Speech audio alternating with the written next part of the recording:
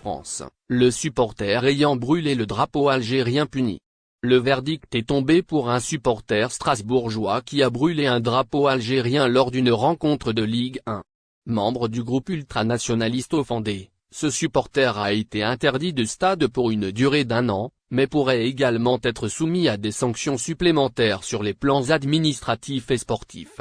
7. Acte de provocation, survenu lors du match entre le Racing Club de Strasbourg et l'Olympique de Marseille le 29 septembre, a suscité une vague d'indignation tant en France qu'au-delà.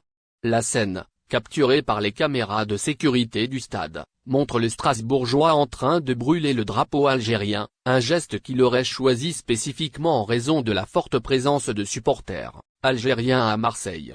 Bien que les agents de sécurité et la police aient d'abord préféré éviter une intervention directe pour ne pas attiser les tensions, les autorités ont rapidement agi après la fin de la rencontre. Grâce aux enregistrements vidéo, le supporter a été identifié comme membre de Offendé, un groupe suivi de près par les services de sécurité en raison de son historique de comportement violent et provocateur lors d'événements sportifs. Face à cet acte, le Racing Club de Strasbourg a exprimé son indignation et sa condamnation. Le club alsacien a également assuré qu'il prendrait toutes les mesures nécessaires pour empêcher que de tels incidents ne se reproduisent. L'enquête qui a suivi a rapidement abouti à une interdiction de stade d'1 année pour l'auteur des faits, l'empêchant ainsi d'assister aux matchs du RCS et de se rendre dans toute enceinte sportive affiliée au club. La préfecture du Bas-Rhin examine maintenant la possibilité d'appliquer une interdiction de stade au niveau national.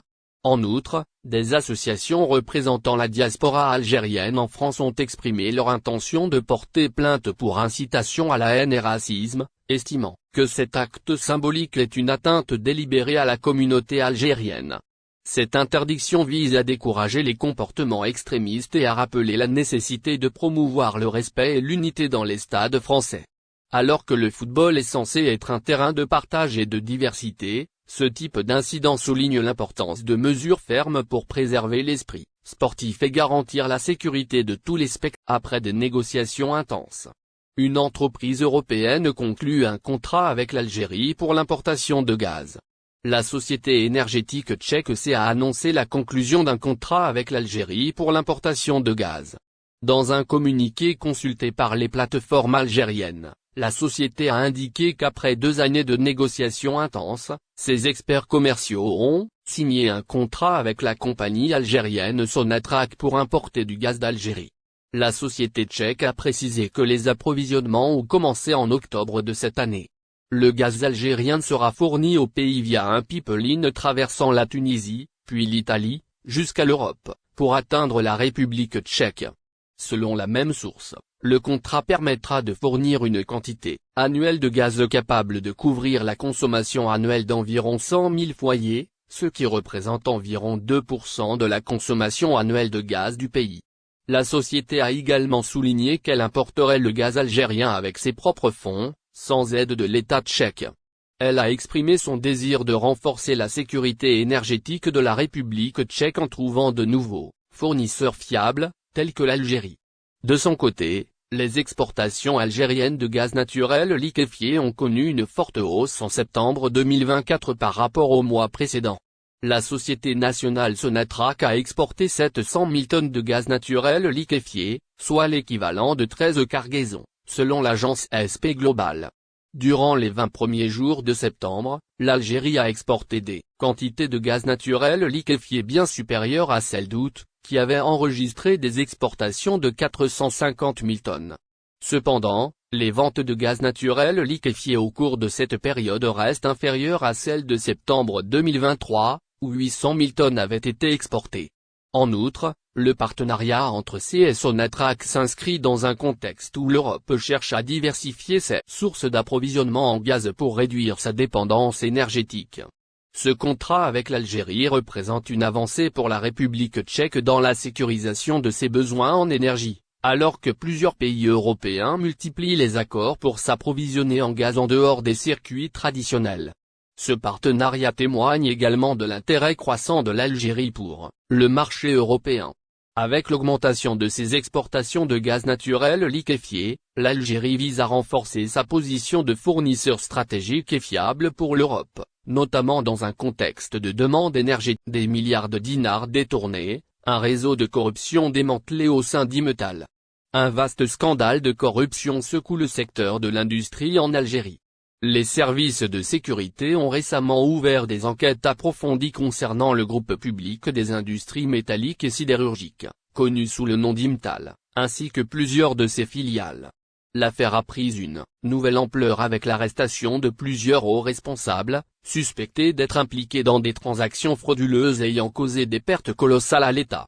Parmi les personnes interpellées figure le PDG du complexe d'El Hadjar, Karim, ainsi que le président directeur général de la société publique Fondel, Nourdine.